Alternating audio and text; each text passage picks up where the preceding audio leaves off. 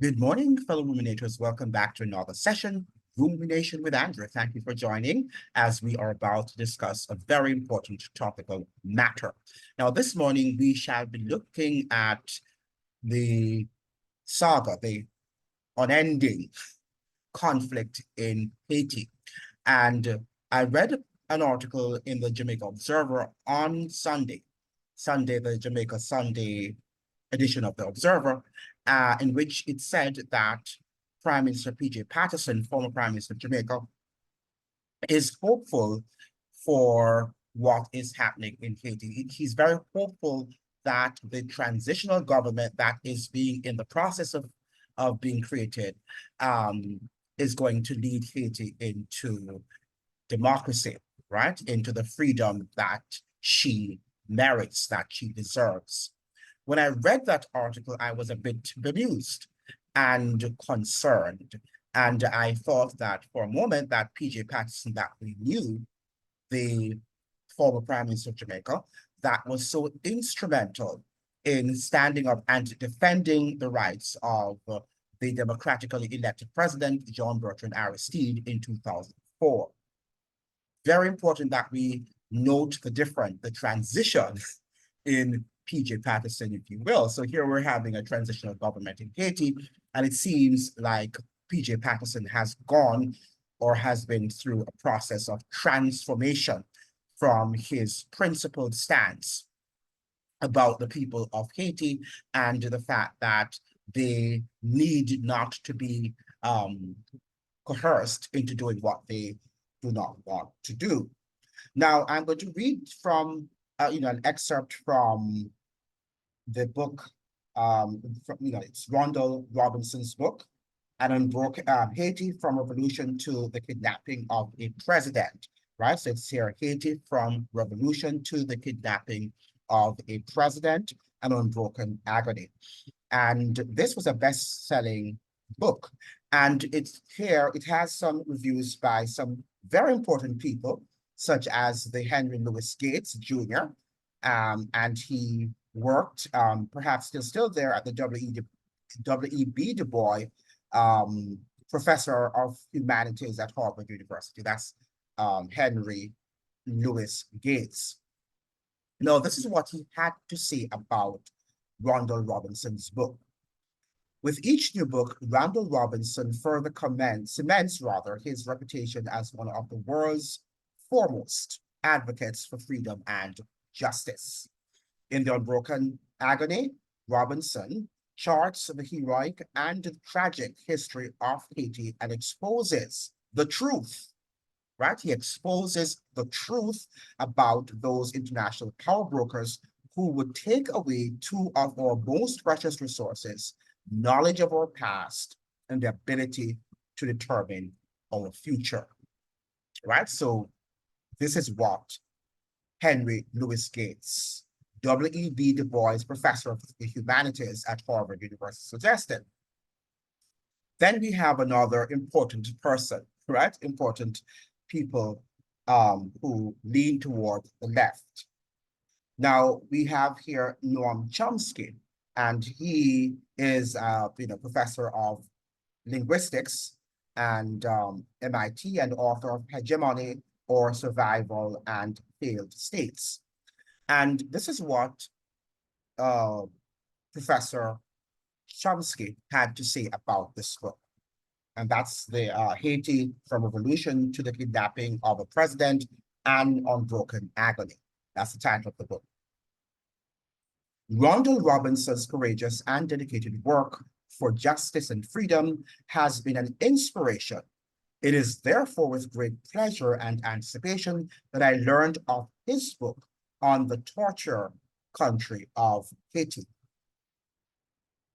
which we have done so much to torment and devastate since it became the first free country of free men in the hemisphere over 200 years ago.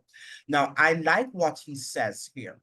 I like what Noam Chomsky has just said, has written here, because notice that he has not said that Haiti is the first free Black republic, right?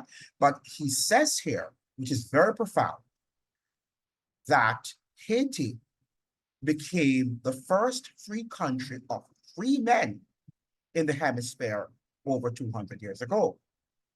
Because the United States, as you know, when it was created, even though it's noted in the Constitution that it says all men were created equally, but did not really live up to those ideals. Remember now that when they came there first, it was only white males who had land that were permitted to vote. It was during the presidency of Andrew Jackson during the mid-19th century that other European descendants started to access certain freedoms in the United States. Because freedom at the initial stages of the United States was not meant for everyone. It was only meant for white, the white aristocracy. And that had to be males, right? The males who had land, who had the means to acquire land and, some form of finances. So the franchise was not open to all US citizens even at that time until Andrew Jackson, who had also emerged from the lower class, right, decided that he would democratize that process, right, that office for all white males, right? Of course, blacks were not included because they were still enslaved in America during the Andrew Jackson's presidency. Continuing up to the present, so it is sure to be another contribution of fundamental importance. Now, I say that to say because P.J. Patterson, of course, is mentioned in Ronald Robinson's book.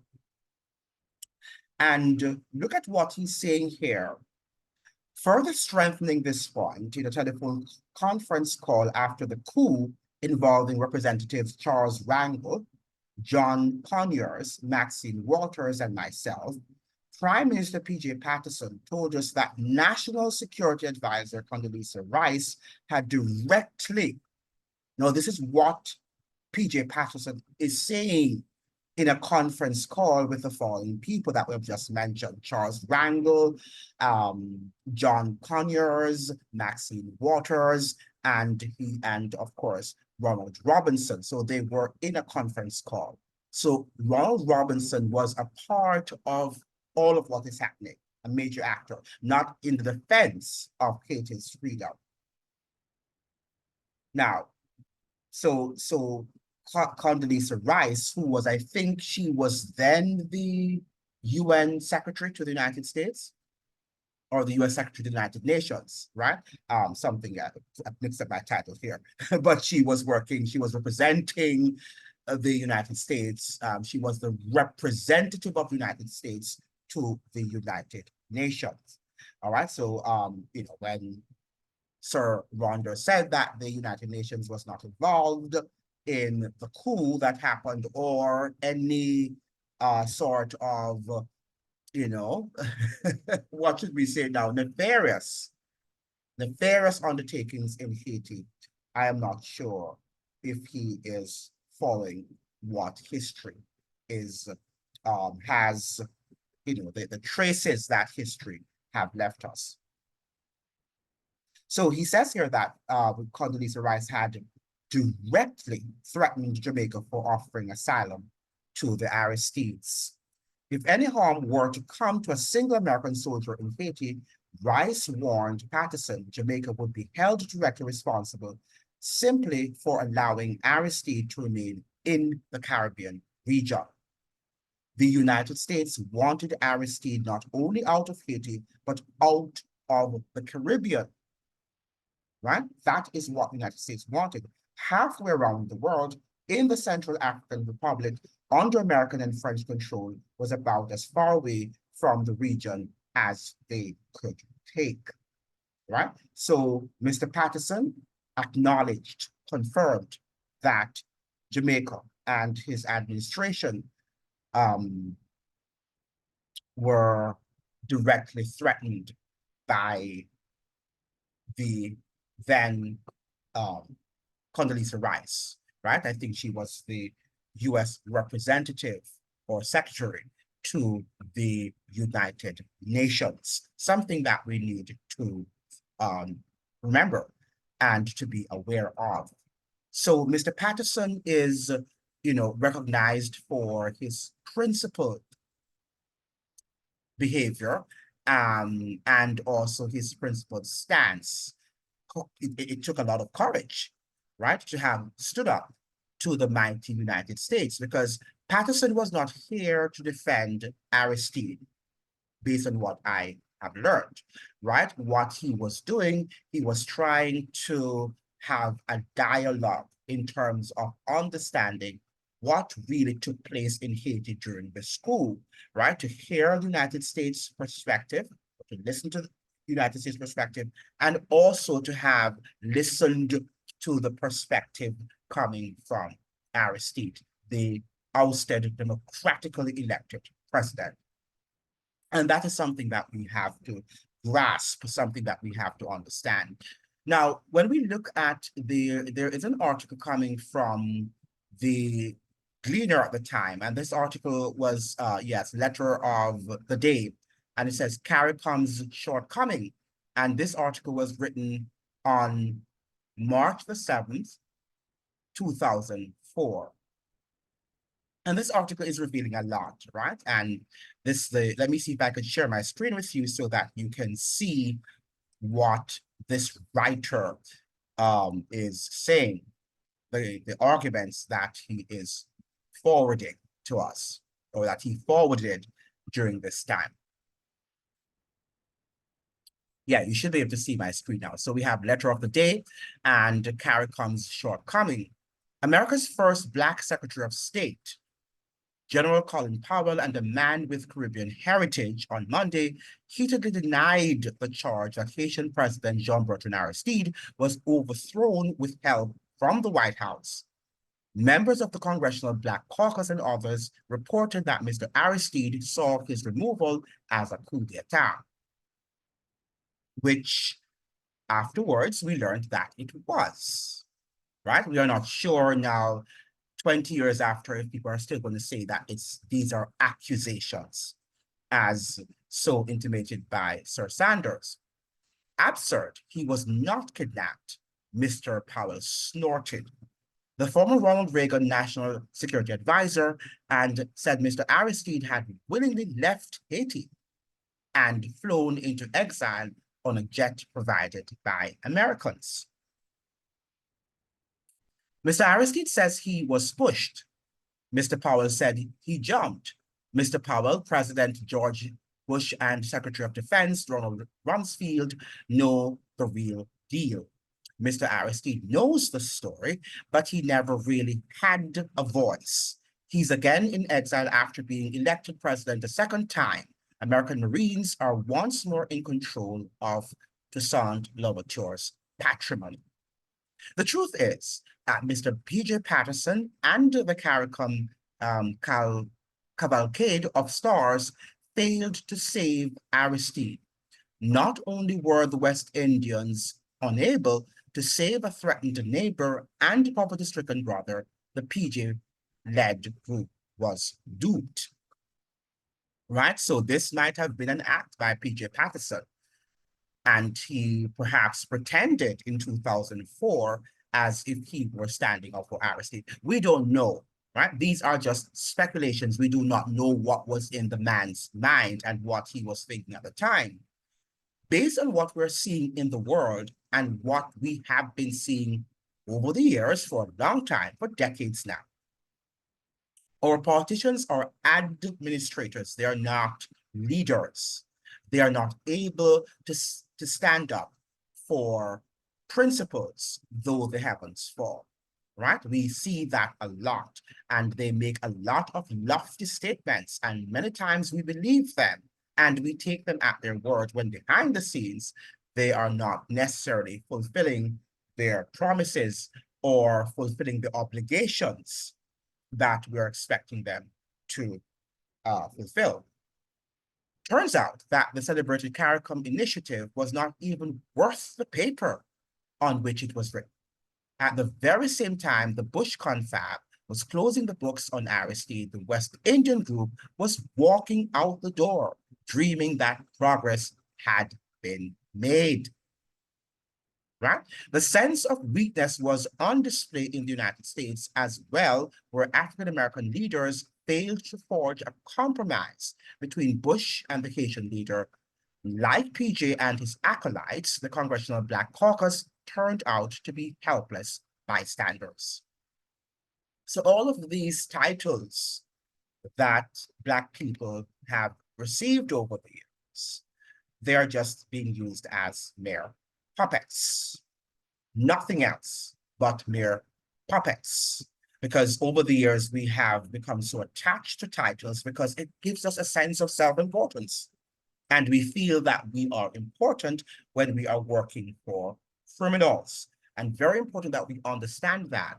So P.J. Patterson's so-called principled act in defense of the then deposed or ousted democratically elected president, John Bertrand Aristide, might have been a show, might have been a charade.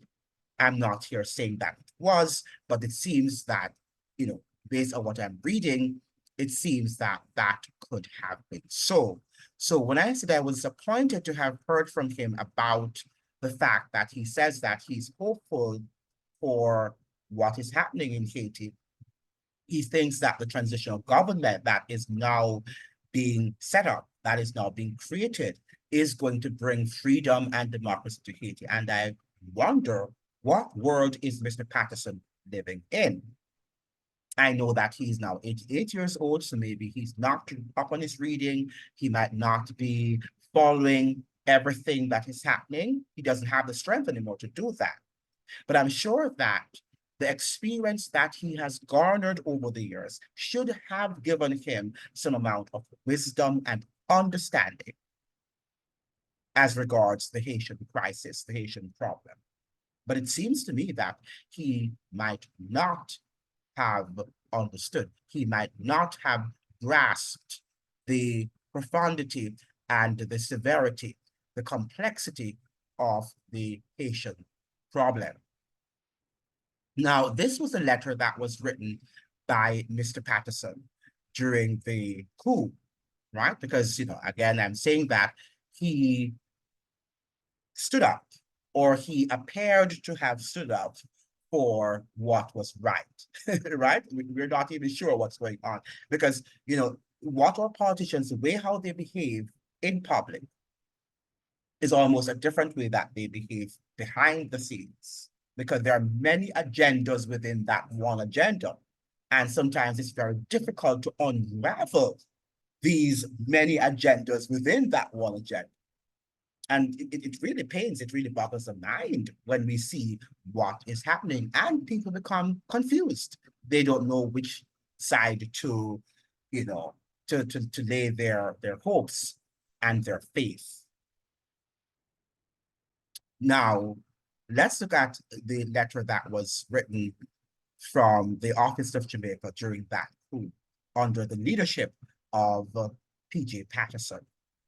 Let me share my screen with you because this is a very important letter that was written by P.J. Patterson.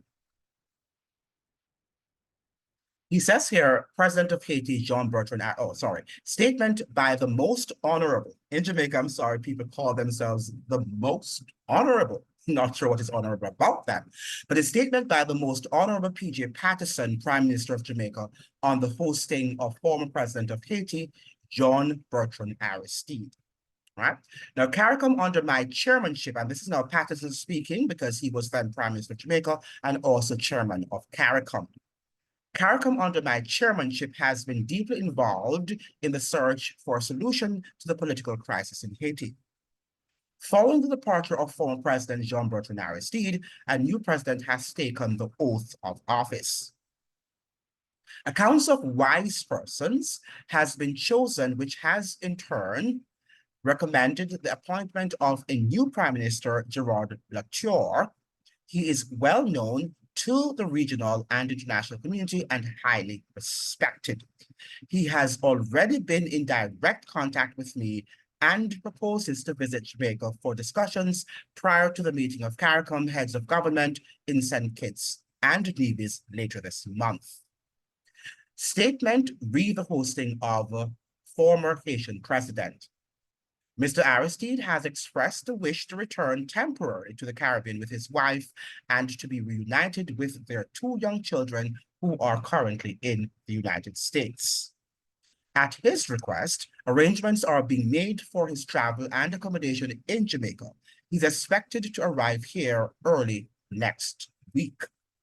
We have communicated our decision to our CARICOM colleagues and to the government who were originally involved in working together to seek a solution to the Haitian crisis. I want to emphasize that Mr. Aristide is not seeking political asylum in Jamaica. His stay in Jamaica is not expected. Let me turn off this thing here. To be in excess of 8 to 10 weeks. He's engaged in finalizing arrangements for permanent residence outside of the region. CARICOM remains committed to the goal of restoring and nurturing democracy in its newest member state, as well as the social and economic development of the people of Haiti. Now, one of the things that you must understand that Mr. P.J. Patterson was also the person, the individual that welcomed Haiti into CARICOM. I think that he worked assiduously at ensuring that the neighboring country of Haiti formed part of that regional bloc called CARICOM. Now, what is interesting is that Mr. Patterson, was at one point, it seems like he was, disturbed about what had taken place with regard to the ousting of the democratically elected president, John Bertrand Aristide. Yet he was welcoming the new prime minister or president from the opposition, Latour, and said that this guy was highly respected in the international community. And maybe he was. But what one would have thought when somebody is highly respected, wouldn't you have questioned the fact that, perhaps I do not merit this office because the president, which was then John Bertrand Aristide, the now ousted president, was undemocratically deposed? I am not sure. When people talk about respect, I'm thinking about people who are principled and not necessarily people who are just masquerading with titles. And in our world today, that's exactly what we need. People masquerading with titles and who have administrative roles, and we think that they are very important, and they have no leadership abilities and capacities at all. Right? That is what I think is happening here. Now, listen to what Mr. Patterson is saying here. Former Prime Minister, and this is coming from, let me not run ahead of myself. Where is this coming from?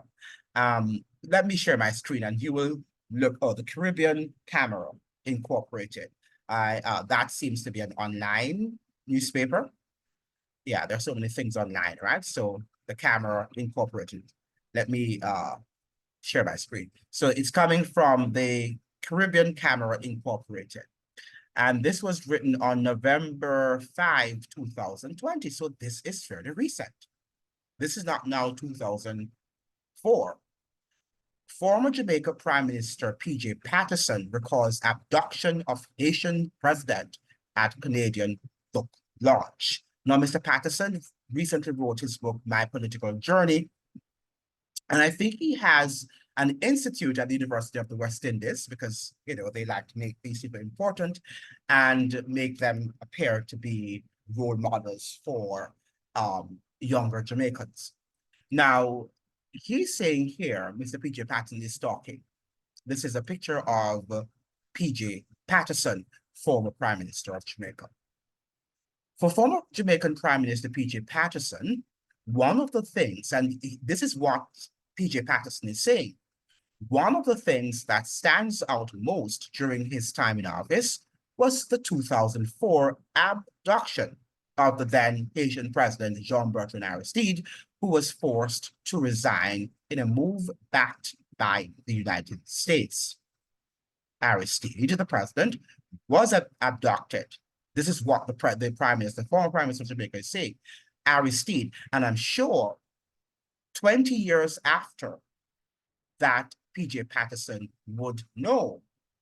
He is in the position of knowing. One of the things about Mr. Patterson, for those of you who do not know the man, he is a guy also who skillfully, cautiously chooses his words. Mr. Patterson just does not speak out of the bat, right? He chooses cautiously and choicefully, if you will, his words. So if he is using the word abducted, it is something which he investigated. It's a topic on which that he investigated and has knowledge about, profound understanding of, right? Very important that we understand that. Aristide, the president, was abducted from Haiti and taken against his will to the Central African Republic. I found that to be repugnant, right? This is what the former Prime Minister of Jamaica said in Canada at his book launch, right? Which the title of his book is PJ Patterson, My Political Journey, right? Patterson said Monday in an online discussion with Dr. Luce Longsworth that he was not physically in Canada, but he was having, principal of the open campus of the University of the West Indies. The former Prime Minister leader recalled threats received after Caribbean leaders condemned President Aristide's abduction. The Aristide incident angered Patterson, and this is what he's saying. What really angered me most, he said, was that when the plane with Aristide landed in Antigua to refuel, and that would be, Antigua is actually the country of Sir Ronald Sanders, who participated in a dialogue with me on yesterday, actually. Yesterday was Sunday evening, and I posted it yesterday morning.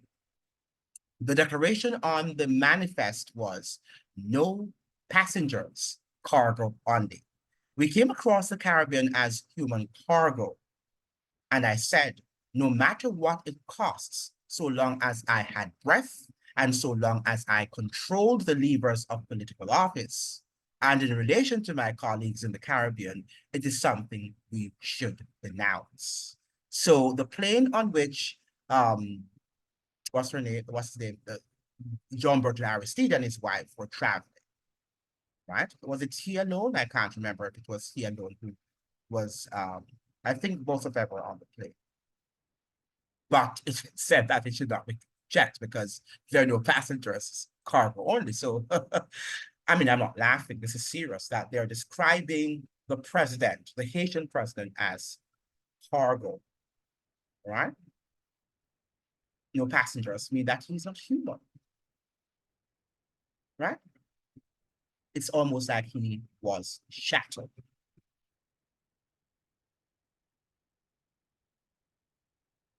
It's one of my most difficult periods because we were threatened for having the courage rather, to stand up, but it had to be done, right? Had to be done, Mr. Patterson says. So that is Mr. Patterson's words, right? That it was an abduction, that the president, the former president, the democratically, and that is the only democratically elected president in the entire history of Haiti as an independent nation, right? The only democratically elected president that was kidnapped and abducted, right? Was literally taken out of office in 2004, in the 21st century, right? By the most democratic country in the world, right? And some of you there in the United States behave as if you're in heaven. You think that you are in the land of paradise, not understanding how the government works. Right? This is what is happening, or this is what happened to the first democratically elected president. And I am not suggesting here that I'm pro Aristide. In fact, I'm not pro any government, right? Because I know what governments do. And I know their major thrust is to deceive. I respect them and I do and obey the laws as I am enjoined to do, right? Because that is what citizens need. We need to obey our governments and to exhibit some amount of respect for the office that they hold. But it doesn't mean that I'm going to trust them. I don't have to trust them because I'm a critical thinker. But you are so conditioned that you have that sort of propensity to trust your politicians, right? And this is the dilemma that we are currently. So Patterson is hopeful. I am not, right? And I don't think any well-thinking person at this moment can be hopeful about what is happening and think that Haiti is going to magically transition into a democracy.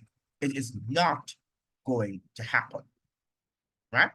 Now, this was something I came across yesterday in the Jamaica Observer, and this was an editorial that was written on March 6, 2010, entitled, What Difference 6 Years Make?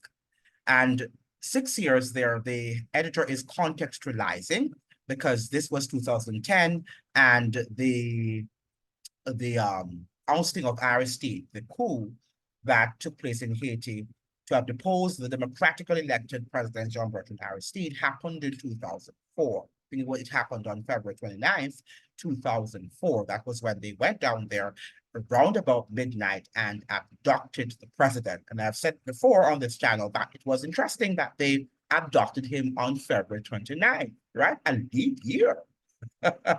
Right? So it would not be celebrated every year, but you'd have to celebrate it every 4 years, right? Because we have leap year every 4 years. Now, so that is what happened.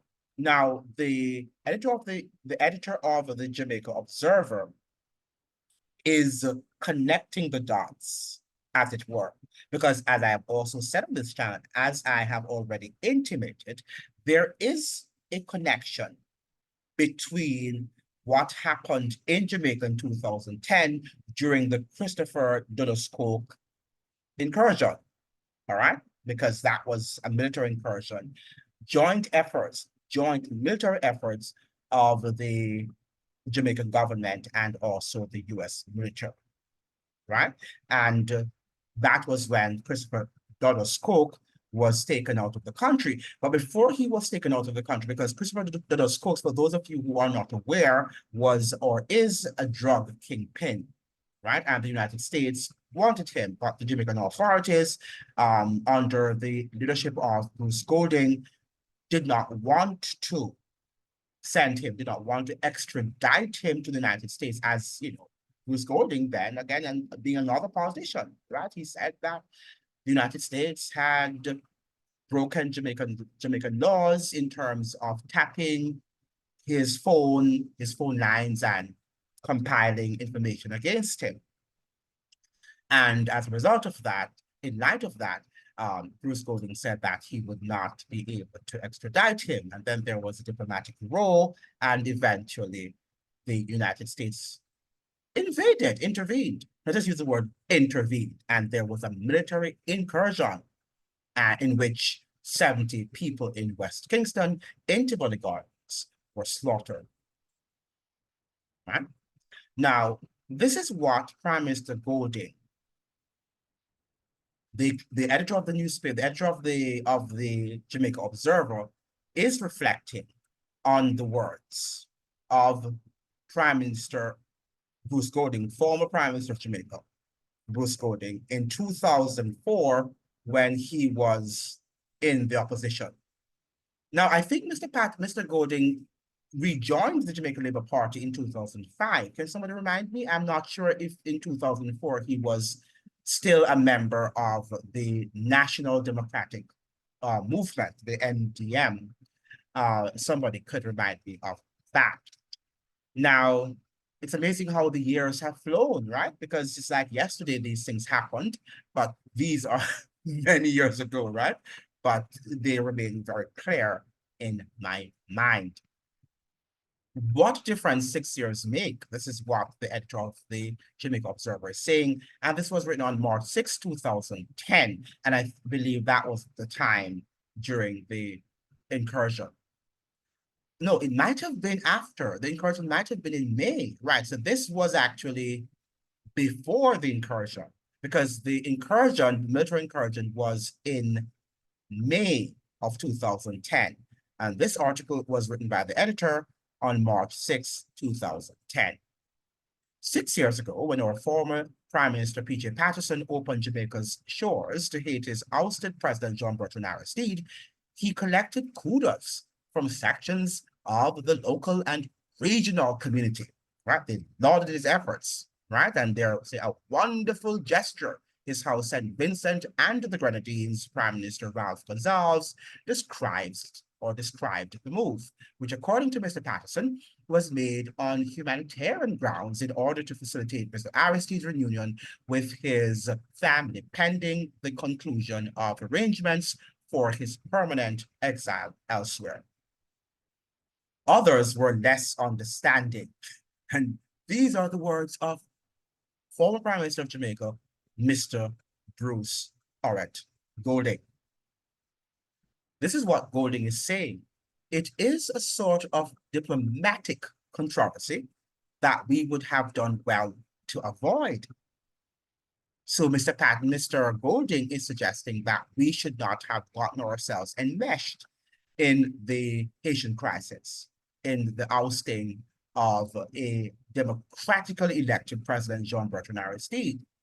Now, understanding that this same behavior of the US toward a foreign government was going to impact him 6 years into the future. And that is why it's very important for us to be very careful of what we say, because our words can come back to haunt us. It's for me too. Yeah, it's very serious because that's what always happens. So it's not an advice to you, but it's advice to all of us as human beings. For example, Mr. Aristide's lawyers made statements that following consultations with Mr. Aristide, they're filing legal action against the United States government for allegedly removing him from Haiti against his will and against 4 French officials for alleged complicity in his forced removal from Haiti. Now, are those legal initiatives going to be pursued under the directive from his temporary domicile in Jamaica? And where is that going to put us in terms of an unnecessary diplomatic role? And the observer is being naughty here. And the editor begins to ask the question. Guess who that piece of reasoning came from? Answer. None other than our Prime Minister Bruce Golding, whose Jamaica Labour Party was in opposition at the time. Right? He was in opposition at the time, and he thought that it was not a good idea for Mr. P.J. Patterson, his political rival, to have intervened and to have gotten himself involved with the Haitian crisis, not understanding that he would have become prime, that Mr. Bruce Golding would have then become prime minister in 2007, right? And then was enmeshed in a diplomatic role with the United States, in which he was also removed from office. Mr. Golding was actually removed from office, even though he voluntarily left office. But we know, we're not stupid, that he was forcefully removed from office. Right? So these are political actors These are your prime ministers and presidents. And these are the way they behave in front of you when they make public statements. And remember now that they're also political actors behind the scenes who make private statements, right? And they behave privately also and have private agendas. It's a boys' club. That's what you have to understand. But in order to function and to deceive you, which they have done many times, and you love to be deceived, right? Because they're so eloquent and they use words in a way that captivate you. And you think that you're a thinking person when you believe what they say, right? So here is Mr. Patterson now at 88 years old, a man who should be smarter, wiser, right? Experienced person. And he's saying at this moment in time, at this juncture of the history, he's thinking that the United States and the international community, including the United Nations, are going to peacefully lead Haiti into democracy. Well, his words were also very carefully chosen. He says, if the conditions on the ground are right, and Mr. Patterson knows, I would think, that the conditions on the ground are not right, given the fact that gangs are in control of the entire nation. And that the Haitian people, the civil society, are tired. The Haitian people are tired of the many interventions of the United States and the international community. They're tired of it, and they want to be able to govern themselves. But the United States has always had this philosophy that Black people are incapable of self-government and self-governance, right? That is what they always say. And it has to do with every sphere. Look at of our lives. Look at the IMF in Jamaica.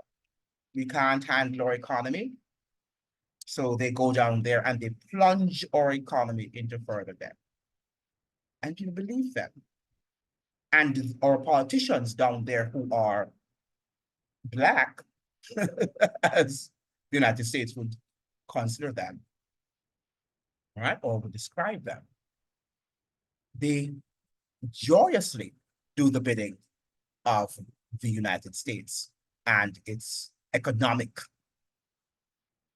wings of the military-industrial complex.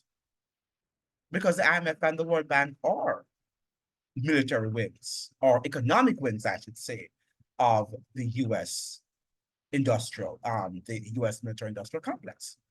They are. And they enrich that complex so that wars can be waged. How do you think the US gets its money? Yes, through institutions like the IMF, multilateral institutions like the IMF, yeah, and the World Bank. Because if they can extract money from countries, poor countries like Jamaica and from Haiti and from other countries around the world, then they can control you. And they can enslave you. Because that is what dominance is all about. That is what imperialism signifies. And many of you still continue to be advocating for US intervention. And you believe that the US is going to solve the Haitian crisis. Because you think that these poor, hapless Black people out there are not able to do so. But one of the things that we have to also understand, as Sir Sanders says, we can't underestimate what Sir Ronald Sanders said on my program, that, and I've said it also in my videos, that we need to look at the machinations of the political elites, the political economic elites in these countries like Haiti and Jamaica, right? Because there are parallels between Haiti and Jamaica, a lot of parallels. If you sit down and you reflect on what is happening in these two countries.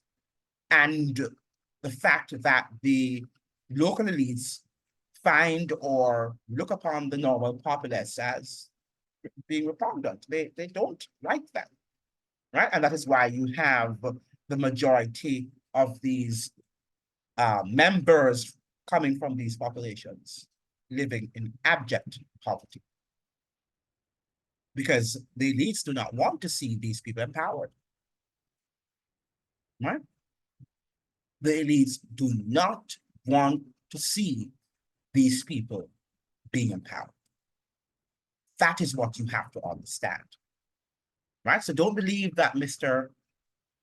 Patterson represents your voice, right? Don't believe that the government of Andrew Holness represents your voice, right? The Michelle Martinez and the Jovenel Melisses and, you know, did not represent the voice of the Haitian people, right? They did not represent the voice of the Haitian people. They represented the voice of the political economic elites, right? And you sit and you read your papers and you're satisfied with what your prime ministers and presidents are telling you and what about the direction they are leading the country into. You believe them. Everything they say, you believe them. And look at what is happening in our world today, right? Mr. Saunders, that's Sir Ronald Saunders, intimated that you have over 185 countries that make up the United Nations. Yeah, but they do not have equal voices, right? They do not have equal voices in that body of nations. So what's the fact? I mean, you can even abolish the United Nations now because it doesn't serve a purpose. Because since the United Nations has been founded, wars have been waged, you know, year after year, right? Unending wars. And all they do, they sit in these lofty walls, right? And they make these wonderful speeches about stopping the wars, and they provide statistics about how many people are, you know, starving, how many people are dying, and it means nothing to them. And I'm not suggesting, you know, that everybody that works for the United Nations is a devil, all right, and has a nefarious agenda, but I'm suggesting with the system and the philosophies around which the United Nations was founded, it's not necessary to bring peace, right? Because until, as Bob Marley indicated, you have one race of people, one ethnic group of people suggesting that they're superior and the others are inferior, that there is going to be war. And we're not seeing anything where anybody's trying to solve that problem of humanity. Because people or human beings like power. And we know what Lord Acton said about power, that absolute power corrupts absolutely. Right?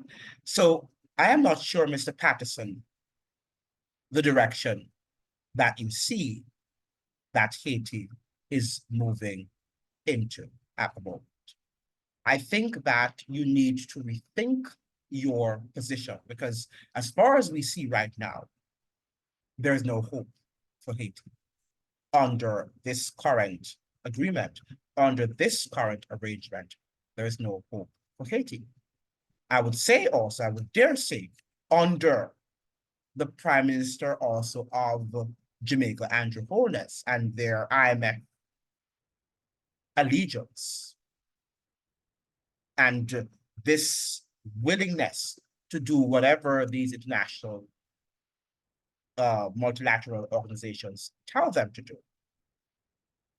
puts Jamaica also under that realm, that there is possibly no hope for us unless we begin to forge independently a future for ourselves. It's time for us to stop talking about Africana studies and everything is black and blackness studies. You know, everybody that sends things to me now, oh, they're part of Africana department.